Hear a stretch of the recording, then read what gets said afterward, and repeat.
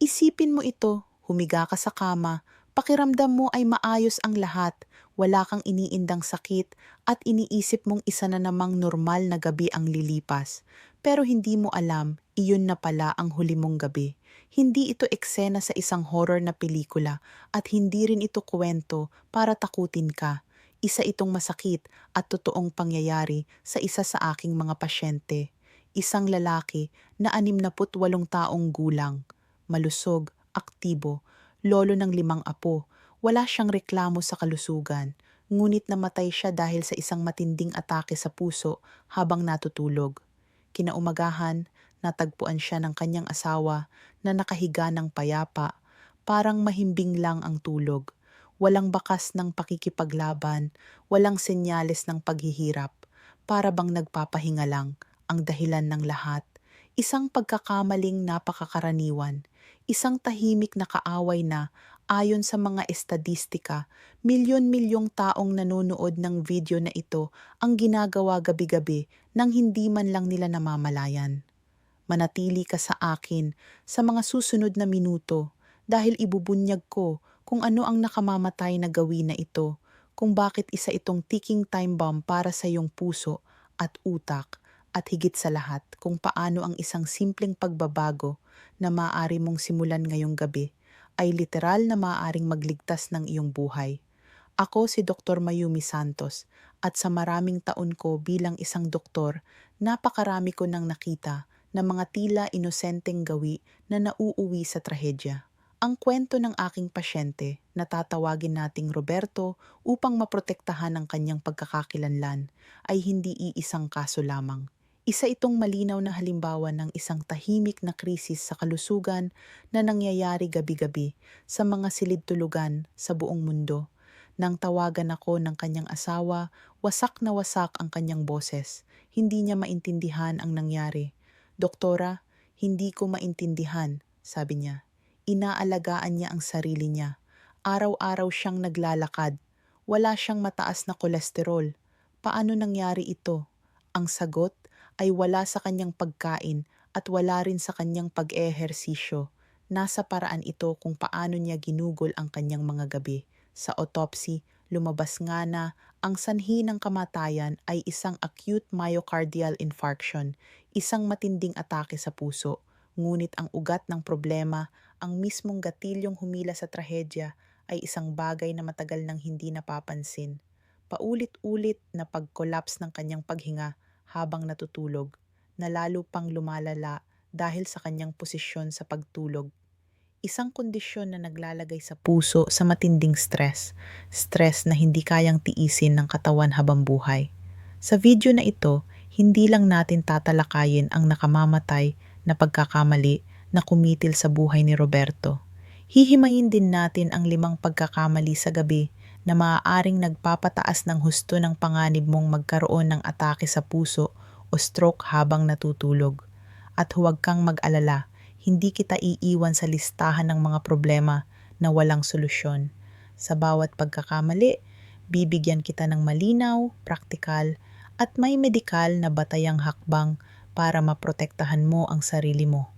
Ang layunin ko ay hindi ka takutin, kundi tulungan kang matapos ang video na ito na may malinaw na kaalaman kung ano ang dapat mong baguhin upang mabawasan ang totoong panganib.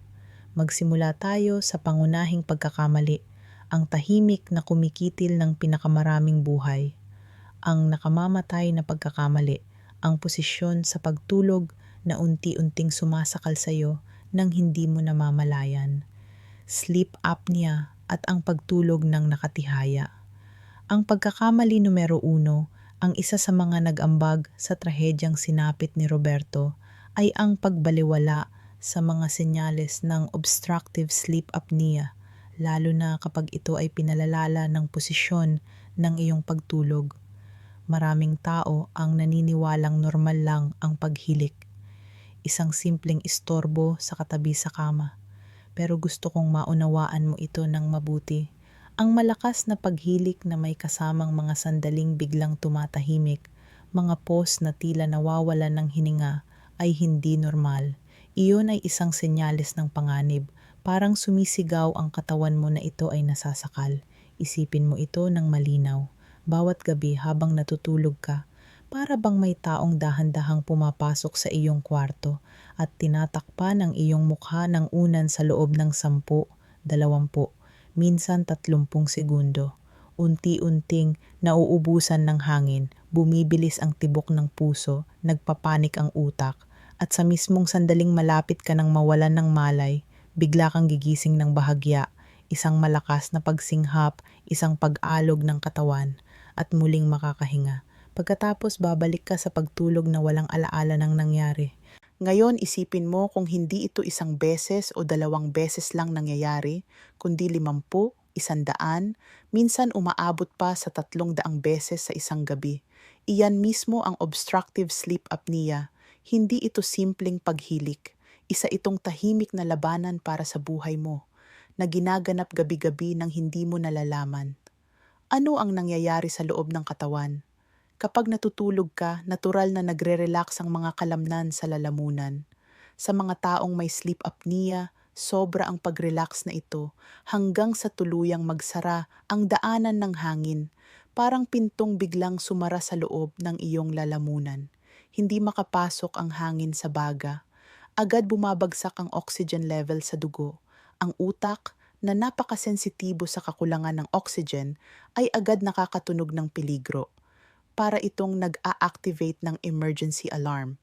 Naglalabas ito ng stress hormones gaya ng adrenaline, ang parehong hormone na inilalabas ng katawan kapag may matinding panganib tulad ng hinahabol ka ng isang mabangis na hayop. Ang biglaang pagbugso ng adrenaline na ito ang nagdudulot ng micro-awakening, isang panandaliang pagmulat na hindi mo man lang namamalayan. Tumatagal lang ng ilang segundo. Muling nagiging tense ang mga kalamnan sa lalamunan, bumubukas ang daanan ng hangin at napipilitan kang huminga. At pagkatapos, mauulit na naman ang siklo. Ngayon, iugnay natin ito sa puso at utak. Sa bawat pagbagsak ng oxygen, para kang dumadaan sa isang emergency. Napipilitan ng puso na magbomba ng mas mabilis at mas malakas para maipamahagi ang limitadong oxygen sa buong katawan. Tumataas ang presyon ng dugo, minsan umaabot sa delikadong antas. Isipin mo na lang kung ano ang mangyayari kung gabi-gabi, daan-daang beses, pinipilit mong tumakbo nang mabilis ang iyong puso habang ikaw ay dapat nagpapahinga. Unti-unti itong napapagod, unti-unti itong nasisira, at isang gabi, maaaring hindi na ito makayanan. Kung mayroon kang 30 paghinto ng paghinga kada oras na itinuturing na malubhang antas ng apnea, ibig sabihin nito ay may 30 matitinding pagtaas ng presyo ng dugo kada oras. Sa loob ng 8 oras na tulog, katumbas iyon ng 240 hypertensive emergencies sa isang gabi. Isipin mo yon, 240 beses na napipilitang sumalo ng matinding stress ang iyong puso at mga ugat habang dapat ay nagpapahinga ka. Ang ganitong klaseng paulit-ulit na stress, gabi-gabi, taon-taon, ay lubhang mapanira. Nasasaktan ng mga pader ng iyong mga arterya, nagiging mas matigas at mas madaling kapitan ng atherosclerosis o ang pag-ipon ng plaque. Ang kalamnan ng puso ay unti-unting humihina dahil sa sobrang trabaho. Nagiging hindi regular ang tibok nito, kaya tumataas ang panganib ng mga delikadong arrhythmia tulad ng atrial fibrillation, isa sa pangunahing sanhi ng ACV o stroke. Napakalinaw ng ebidensya. Ang malubhang sleep apnea ay maaaring magpataas ng panganib ng stroke ng hanggang 3 beses. Sa katunayan, nakita sa mga pag-aaral na hanggang 76% ng mga pasyenteng nagkaroon na ng stroke ay may kasamang sleep apnea. Ibig sabihin, napakakaraniwan nitong risk factor at ang mas masahol pa, kadalasan ay hindi ito natutukoy. At tandaan mo ito, ang obstructive sleep apnea ay hindi simpleng problema sa paghilik, problema ito sa oxygen. Kaya maaari itong mangyari kahit sa mga taong mukhang malusog. Minsan, ang palatandaan ay presyon ng dugo na ayaw bumaba, hypertension na mahirap kontrolin, o iyong matinding antok sa hapon na parang biglang pinapatay ang katawan mo. Kung nakakaranas ka ng micro-awakenings, pagpapawis sa gabi, o paggising na tuyo ang bibig, mga senyales din iyon na hindi dapat ipagsawalang bahala. Dito pumapasok ang pagkakamali sa posisyon ng pagtulog. Para sa isang taong may positional apnea, ano ang pinakamasamang posisyon? Ang pagtulog ng nakatihaya. Kapag nakahiga ka nang nakadapa ang likod sa kama, gumagana ang gravity laban sa iyo. Itinutulak nito ang base ng dila at ang malambot na ngalangala pa atras, lalo pang sinisikip ang daanan ng hangin para itong pagbuhos ng gasolina sa apoy. Ang banayad na apnea ay nagiging katamtaman at ang katamtaman ay nagiging malubha at posibleng nakamamatay. Ang pasyente kong si Roberto ay malakas maghilik at palaging natutulog ng nakatihaya. Ikinuwento ng kanyang asawa na minsan napapansin niyang tumitigil ito sa paghinga. Pero pareho nilang inisip na pagod lang iyon. Hindi nila alam na gabi-gabi ang kanyang puso ay pinatatakbo sa isang marahas na marathon ng matinding stress. At noong huling gabing iyon, hindi na kinaya ng kanyang puso. Ang praktikal na solusyon, hindi magpanik kundi kumilos. Una, kilalanin ang mga senyales. Kung sinasabi ng iyong partner na malakas kang maghilik, tumitigil sa paghinga, o parang naghahabol ng hangin habang natutulog, huwag mo itong baliwalain. Kung gumigising kang pagod kahit 8 oras kang natulog, may sakit ng ulo sa umaga, o madaling makatulog sa araw, mga babalang palatandaan iyon. Ikalawa, makipag-usap sa iyong doktor. Ang diagnosis ay ginagawa sa pamamagitan ng sleep study o polysomnography. Hindi ito invasive at maaaring gawin sa klinika o minsan ay sa bahay, depende sa sitwasyon. Ito lang ang paraan para malaman ng eksakto kung ano ang nangyayari at gaano kalubha ang apnea. Ikatlo, baguhin ang posisyon mo simula ngayong gabi. Kung natutulog kang nakatihaya, magsimulang matulog ng nakatagilid. Kung nahihirapan kang manatili sa ganitong posisyon, gumamit ng simpleng estratehiya. Maglagay ng malaki at matibay na unan sa iyong likod. Kapag sinubukan mong bumalik sa pagkakahiga ng nakatihaya, haharangin ka nito. May iba pang nagsusuot ng damit na may nakalagay na bagay sa likod upang maiwasang gumulong. Mukhang simple pero epektibo dahil pinipilit nitong manatili ang katawan sa mas ligtas na posisyon. Isa pang praktikal na detalye, kung matutulog kang nakatagilid, siguraduhing naka-align ang ulo at leeg. Ang unan na masyadong mataas o masyadong mababa ay maaari ring magpalala sa pagsisikip ng daanan ng hangin. At kung ikaw ay may sobrang timbang, kahit katamtaman lang, ang pagbabawas ng ilang kilo ay kadalasang nakatutulong sa maraming tao na mabawasan ang apnea. Hindi ito usapin ng itsura, kundi ng mekanika ng paghinga. Ikaapat, suriin ang mga nagpapalala. Ang pag-inom ng alak sa gabi, mabibigat na hapunan, at ilang sedatives ay nagpapalala ng pagre-relax ng mga kalamnan sa lalamunan. Kung may baradong ilong, magpatingin sa doktor upang magamot ang sanhi dahil malaking tulong ang maayos na paghinga sa ilong. At kung niresetahan ka ng CPAP, gamitin mo ito. Pinananatiling bukas ng CPAP ang daanan ng hangin gamit ang tuloy-tuloy na pressure ng hangin. Para sa maraming pasyente, hindi lang nito pinapaganda ang tulog, kundi binabawasan din ang matinding stress sa puso at utak tuwing gabi. Hindi ito luho, isa itong proteksyon. Ngayon, dumako tayo sa pagkakamali numero 2. Isang kemikal na bitag na mukhang pahinga pero maaaring itulak ang panganib sa maling direksyon. Mga pampatulog. Ikalawang bahagi, ang ikalawang pagkakamali sa gabi ay ang pag-asa sa mga pampatulog nang hindi inuunawa ang ugat ng problema. Maraming gumagawa nito dahil desperado na sila. Doktora, hindi ako makatulog. Kailangan ko ng solusyon ngayon. Pero narito ang katotohanan. Hindi inaayos ng mga pampatulog ang sanhi ng problema. At sa mga taong may sleep apnea, maaari pa itong magpalala ng kondisyon. Bakit? Dahil maraming sedatives ang lalo pang nagpaparelax sa mga kalamnan ng lalamunan. Kung ang daanan ng hangin mo ay may tendensiyang magsara, mas lalo itong madaling magsasara kapag may epekto ng gamot, mas mahahaba at mas madalas na paghinto ng paghinga. Bukod pa rito, binabawasan din ng mga gamot na ito ang kakayahan ng utak na mabilis na mag-react kapag bumababa ang oxygen sa dugo. Sa halip na agad kang magising upang makahinga, maaaring mas tumagal ang paghinto ng paghinga at mas tumindi ang stress sa puso at utak.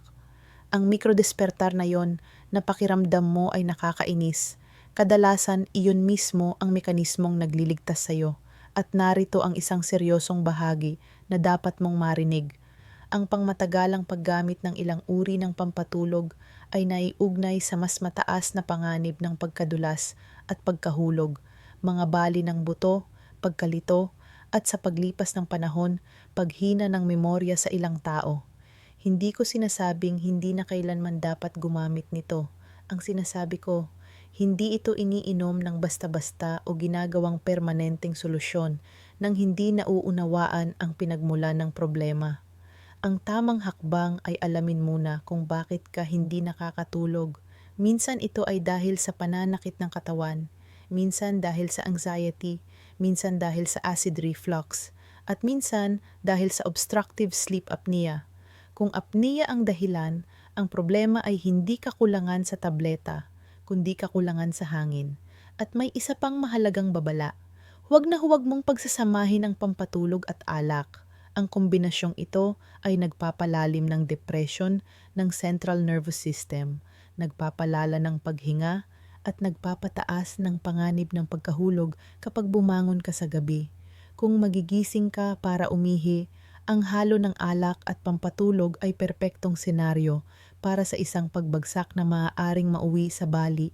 Ang praktikal na solusyon, kung kailangan mo ng gamot, dapat ito ay may reseta ng iyong doktor, may tamang follow-up, nasa pinakamababang epektibong dose, at ginagamit lamang sa kinakailangang panahon. Kasabay nito, ayusin mo ang mga bagay na tunay na nakaaapekto sa tulog, regular na oras ng pagtulog, tamang exposure sa liwanag, pag-iwas sa caffeine sa gabi, paglimita sa screen time, at pagkakaroon ng maayos na bedtime routine. Kung tuloy-tuloy ang insomnia, ang cognitive behavioral therapy para sa insomnia ay isa sa pinaka-epektibo at pinakaligtas na paraan ng paggamot. At kung may hinala ng sleep apnea, unahin mong ayusin ang paghinga. Kapag maayos ang paghinga, saka natin pag-usapan ang mas malalim na tulog. Ngayon, dumako tayo sa ikatlong pagkakamali. Ang mainit na silid-tulugan na pinipilit ang iyong puso na magtrabaho sa oras na dapat itong nagpapahinga. Para makatulog ng maayos, kailangang bumaba ang temperatura ng katawan. Bahagi ito ng natural na programa ng ating katawan tuwing gabi. Kapag mainit ang kwarto, napipilitan ng katawan na makipaglaban para lumamig. At kapag lumalaban ang katawan, nagtatrabaho ang puso. Kaya sa mga gabing mainit, mas madalas kang nagigising, pinagpapawisan, at pakiramdam mo ay balisa. Kinabukasan, pagod ka. Ang init ay nagpapapira-piraso ng tulog, inaalis ka sa mahimbing na yugto, at iniiwan ka sa mababaw na tulog. Maaari rin itong palalain ang paghilik at apnea dahil nagdudulot ito ng congestion at nagpapahirap sa paghinga. May ilan na iniisip na normal lang tiisin ng init, pero hindi ganoon ang karanasan ng puso. Sa mainit na silid, sinusubukan ng katawan na mag-adjust sa pamamagitan ng pagluwag ng mga ugat at pagtaas ng daloy ng dugo sa balat.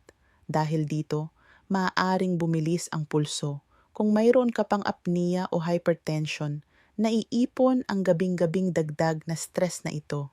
Hindi lang ito usapin ng discomfort. Ang putol-putol na tulog ay nagpapanatiling aktibo ang stress hormones. Hindi bumababa ang presyo ng dugo gaya ng nararapat. Hindi nakakakuha ang puso ng sapat na oras para makarecover. Ang praktikal na solusyon ay malinaw. Ibaba ang temperatura ng iyong silid-tulugan. Kung may air conditioner ka, gamitin ito upang mapanatiling malamig at consistent ang temperatura. Hindi ito luho. Ito ay kasangkapan para sa kalusugan. Kung wala, makatutulong ang electric fan upang umikot ang hangin at palamigin ang balat sa pamamagitan ng evaporation. Ang maligamgam na shower bago matulog ay makatutulong din upang mailabas ng katawan ang init pagkatapos. Iwasan ang paggamit ng gadgets sa kama. Ang liwanag at init mula sa mga ito ay nakapagpapagising sa katawan. Iwasan din ang pag-inom ng maiinit na inumin malapit sa oras ng pagtulog kung madalas kang naiinitan sa gabi. Ihanda ang iyong kama para sa tagumpay. Gumamit ng kumot at pajama na gawa sa natural at breathable na tela tulad ng cotton o linen. Ang synthetic na materyales ay nakakulong ng init. Mas mabuti ang may mga patong na madaling alisin o idagdag depende sa pakiramdam mo. At kung pinahihintulutan ng panahon, buksan ang bintana upang makapasok ang sariwang hangin. Isang simpleng hakbang pero malaki ang epekto. Huwag maliitin ang kapangyarihan ng malamig na silid-tulugan. Sa pagbawas ng ilang degree sa thermostat, binibigyan mo ang iyong puso ng pahingang kailangan nito upang patuloy na tumibok ng malakas sa maraming taon pa. Ngayon, ang ikaapat na pagkakamali, ang midnight feast na tahimik na sumasabotahe sa iyong puso. Ang mabigat at huling hapunan, napakakaraniwan nito. Kumakain ng marami bago matulog. Ang kasabihang mag-almusal na parang hari, magtanghalian na parang prinsipe, at maghapunan na parang pulubi ay may matibay na siyentipikong batayan. Kapag marami kang kinain, ang iyong digestive system ay nagsisimulang magtrabaho ng husto at nangangailangan ng mas maraming daloy ng dugo. Ibig sabihin, kailangang patuloy na magbomba ng malakas ang puso at nananatiling aktibo ang metabolismo. Sa madaling salita, ang katawan mo ay nasa mode pang-araw kahit dapat ay nasa mode pang-gabi na ito. Nagkakabanggaan ng digestion at pagtulog. Para sa maayos na pahinga, kailangang bumaba ang heart rate, presyon ng dugo at temperatura ng katawan. Ang mabigat na hapunan ay pumipigil dito. Unang epekto, bumababa ang kalidad ng tulog. Mas mahirap makatulog at hindi ka agad makararating sa malalim na yugto dahil abala pa ang katawan sa pagtunaw ng pagkain. Ikalawang epekto, tumataas ang posibilidad ng acid reflux. Kapag humiga kang puno ang tiyan, mas madaling umakyat ang asido papunta sa esophagus na nagdudulot ng heartburn, pag-ubo at microdespertar. Isang praktikal na payo, kung may reflux ka, ang pagtulog sa kaliwang tagiliran ay makatutulong dahil sa hugis ng tiyan. Mas mahirap umakyat ang asido. Ikatlong epekto, ang direktang koneksyon sa atake sa puso at stroke. Ang pagpapanatiling naka-full speed ang iyong cardiovascular system sa gabi ay hindi kinakailangang pasanin. Sa halip na nagpapahinga, ang puso mo ay abala sa pagproseso ng isang mabigat na handaan. Maaari nitong panatilihing mataas ang presyo ng dugo sa gabi, lalo na kung mayroon ka ng hypertension. Para itong sinusubukang mag-maintenance ng sasakyan habang nakaapak pa rin sa accelerator, at iyon ay mapanganib. Ang praktikal na solusyon? Ang patakaran ng 3 oras. Subukang tapusin ang iyong huling pangunahing pagkain nang hindi bababa sa 3 oras bago matulog.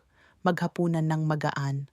Mag-focus sa lean protein tulad ng manok o isda, maraming gulay, at maliit na bahagi ng complex carbohydrates tulad ng quinoa o kamote. Iwasan ang pritong pagkain, mabibigat na taba, maaanghang, at sobrang asukal sa gabi. Mag-ingat din sa late night snacks. Kung nagugutom ka bago matulog, pumili ng napakagaan lamang, isang maliit na dakot ng almonds, maliit na plain yogurt o isang tasa ng herbal infusion. Iwasan ng cookies, ice cream o anumang processed na pagkain dahil mabilis nitong pinapataas ang asukal sa dugo at pinapalala ang kalidad ng tulog. Kung dahil sa trabaho ay napipilitan kang maghapunan ng late, subukan man lang baguhin ang dami, bawasan ang porsyon at iwasan ang pinakamabibigat na pagkain. Madalas, ang pinakamakapangyarihang pagbabago ay hindi lang kung ano ang kinakain mo, kundi gaano karami at anong oras.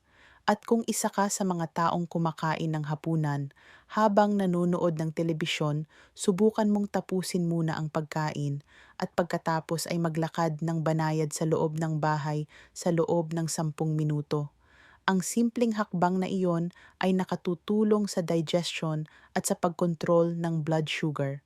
Isa pang dagdag na rekomendasyon, siguraduhing maayos ang hydration mo sa buong araw, pero bawasan ang pag-inom ng maraming likido ilang oras bago matulog para hindi ka paulit-ulit na bumangon para umihi. Ang bawat pagkaputol ng tulog ay dagdag na stress din sa puso. Ngayon, dumako tayo sa ikalimang pagkakamali, ang pinaka-fundamental sa lahat, at ang siyang nagpapalala sa lahat ng naunang nabanggit. Ikatlong bahagi. Pagkakamali numero 5, ang pinakaugat ng problema, ang chronic sleep deprivation o ang palagiang kulang sa tulog. Sa kultura natin, madalas ipinagmamalaki ang pagiging laging abala. Ang pagtulog ay tinitingnan na parang luho lamang. Matutulog na lang ako kapag patay na ako, biro ng ilan. Ngunit ang masakit na katotohanan, ang ganitong pag-iisip mismo, ang nagpapabilis sa pagdating ng araw na iyon. Ang chronic sleep deprivation, ang regular na pagtulog ng mas mababa sa 6 na oras bawat gabi, ay isa sa pinakamalalang pinsalang maaari mong gawin sa iyong cardiovascular system. Hindi ito eksaherasyon, isa itong mabagal na paraan ng pagsira sa sarili. Malinaw at nakakagulat ang ebidensyang siyentipiko. Isang pagsusuri ng maraming pag-aaral na inilathala sa European Heart Journal ang nagpakita na ang pagtulog ng mas mababa sa 6 na oras bawat gabi ay nagpapataas ng panganib na magkaroon o mamatay dahil sa sakit sa puso ng 48%, halos 50%, pag-isipan mo iyon. Kung may ibang aktibidad na magpapataas ng panganib ng kamatayan mo ng halos 50%, tiyak na gagawin mo ang lahat para iwasan ito. Ngunit milyon-milyong tao ang kusang inilalagay ang sarili nila sa ganitong panganib gabi-gabi. At narito ang bagay na bihirang pag-isipan ng marami. Ang utang sa tulog ay hindi nababayaran sa pamamagitan ng pagtulog ng 12 oras tuwing linggo. Ang katawan ay nangangailangan ng consistency. Ang iyong internal clock ay ina-adjust ng liwanag sa umaga at ng regular na schedule. Kung gusto mo ng simpleng intervention, lumabas ka sa natural na liwanag sa umaga kahit 10 minuto lamang. Ang liwanag na iyon ay malakas na biological signal para mas maayos na dumating ang antok sa gabi. Hindi lang haba ng tulog ang mahalaga. Ang pagiging irregular, ang pagtulog at paggising sa iba't ibang oras araw-araw ay mapanganib din. Gustong-gusto ng puso at utak ang regularidad. Ano ang nangyayari sa katawan mo kapag ninanakawan mo ito ng oras sa pagtulog? Hypertension. Sa normal na pagtulog, bumababa ang presyon ng dugo. Kapag kulang sa tulog, hindi nangyayari ang mahalagang pagbaba na ito, kaya nananatiling mataas ang presyon ng mas matagal. Chronic inflammation. Ang kakulangan sa tulog ay nagpapataas ng inflammatory markers. Ang inflammation ay isa sa mga pangunahing salik sa pagbuo ng plaque sa mga arterya. Insulin resistance. Ang maikling tulog ay nakaaapekto sa paraan ng pagproseso ng katawan sa asukal at inilalapit ka sa type 2 diabetes. Obesity. Ang kulang sa tulog ay nagugulo ang hormones na kumokontrol sa gutom, kaya mas malakas ang craving sa hindi masustansyang pagkain at mas madaling tumaba. Patuloy na stress. Ang sleep deprivation ay nagpapanatili sa nervous system na nakaalerto. Pinapataas nito ang heart rate at cortisol, ang stress hormone. Para itong laging nakaapak ang paa sa accelerator, ang pagtulog ay hindi sayang na oras. Ito ang panahon kung kailan ginagawa ng katawan ang pinakamahalagang maintenance. Dito nagpapahinga ang puso at nagre-repair ang mga daluyan ng dugo. Ang pagnanakaw ng oras sa pagtulog ay parang pagputol ng budget ng maintenance department ng isang pabrika. Maaring hindi agad masira ang mga makina, pero darating ang panahon na babagsak ang sistema. Ang praktikal na solusyon, i-prioritize ang tulog na may parehong seryosong pagtingin na ibinibigay mo sa trabaho o sa isang mahalagang appointment. Karamihan sa mga adult ay nangangailangan ng 7 hanggang 9 na oras ng tulog bawat gabi, hindi 6, hindi 5. Baliktarin mo ang kalkulasyon. Kung kailangan mong gumising ng alas 6:30 ng umaga, dapat ang oras ng pagtulog mo ay pinakahuli na ang alas 11:30 ng gabi.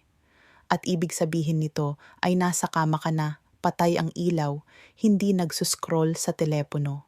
Magkaroon ng ritual ng pag-disconnect. Kailangan ng 30 hanggang 60 minutong transisyon bago matulog. Magbasa ng papel na libro, hindi sa screen. Makinig sa mahinahong musika. Mag-meditate. Gumawa ng banayad na stretching. Bigyan mo ang katawan mo ng malinaw na senyales na tapos na ang araw. Iwasan ang maliwanag na screen dahil nililin lang ng liwanag ang utak at ipinagpapaliban ng antok. Bantayan ang caffeine. Kung umiinom ka ng kape, subukang huwag na pagkatapos ng tanghali. Mag-ingat din sa alak sa gabi. Mukha itong nakaka-relax, pero pinapababa nito ang kalidad ng tulog at sa maraming kaso ay pinapalala ang sleep apnea. Kung mag-iidlip ka, siguraduhing maikli lamang at mas maaga sa araw para hindi maagawan ng tulog ang gabi. At kung hindi ka makatulog, bumangon ka. Kung mahigit 20 minuto ka nang nakahiga at hindi makatulog, huwag kang manatiling paikot-ikot sa kama. Nakakadagdag lang yon ng anxiety. Bumangon, pumunta sa ibang silid na may mahinang ilaw at gumawa ng isang nakaka-relax na gawain hanggang antukin ka muli. Sa kabuuan, natuklasan natin ngayon ang 5 tahimik na kaaway na nag-aabang sa dilim ng ating mga silid tulugan. Ang obstructive sleep apnea na pinalalala ng pagtulog ng nakatihaya, isang tahimik na pagsakal na naglalagay sa puso sa matinding stress. Ang mga pampatulog, isang kemikal na bitag na maaaring magpalala ng paghinga at magpataas ng panganib. Ang mainit na silid na pumipigil sa cardiovascular system na makapagpahinga. Ang late at mabigat na hapunan na pinipilit ang katawan na magtrabaho sa oras na dapat itong nagre-repair. At ang chronic sleep deprivation, ang pagkakamaling hindi ibigay sa katawan ang oras na kailangan nito para sa maintenance. Ang kwento ni Roberto ay isang trahedya. Ngunit ang hangarin ko ay magsilbi itong wake-up call, isang paalala na ang mga gawi sa gabi, kahit tila maliit at walang halaga, ay maaaring magdala ng seryosong kahihinatnan. Ngunit hindi ito mensahe ng takot. Ito ay mensahe ng empowerment. Ngayon ay may kaalaman ka na. Alam mo na kung nasaan ang mga patibong at higit sa lahat, alam mo na kung paano iwasan ang mga ito. Alam mo na dapat mong subukang matulog ng nakatagilid, maging maingat sa paggamit ng pampatulog, panatilihing malamig ang silid, maghapunan ng magaan at protektahan ang iyong 7 o 8 oras ng tulog na para bang nakasalalay dito ang iyong buhay. Dahil sa maraming paraan, ganun nga. Hindi mo kailangang baguhin ang lahat ng sabay-sabay. Pumili ng isa. Simulan mo ngayong gabi. Maaaring paglalagay lang ng unan sa likod, maaaring pagbaba ng temperatura ng ilang degree, o pagpatay ng screen 1 oras bago matulog. Bawat maliit na hakbang ay tagumpay para sa iyong kalusugan. Huwag maliitin ang kapangyarihan ng isang maayos na tulog sa gabi. Ito ang pundasyon ng isang mahabang, malusog at masiglang buhay. Maraming salamat sa pagsama sa akin. Kung nakatulong sa iyo ang video na ito, may 2 akong pakiusap. Una, ibahagi mo ito. Ipadala sa iyong mga magulang, kaibigan o kapamilya. Isang simpleng share lang ay maaaring magsimula ng usapan na makapagliligtas ng buhay. Pangalawa, panoorin ang susunod na inirerekomendang video dahil perpektong pandagdag ito sa mga natutunan natin ngayon. Ako si Dr. Mayumi Santos at tandaan mo, ang iyong kalusugan ay nasa iyong mga kamay. Kahit habang ikaw ay natutulog, ingatan mo ang iyong sarili.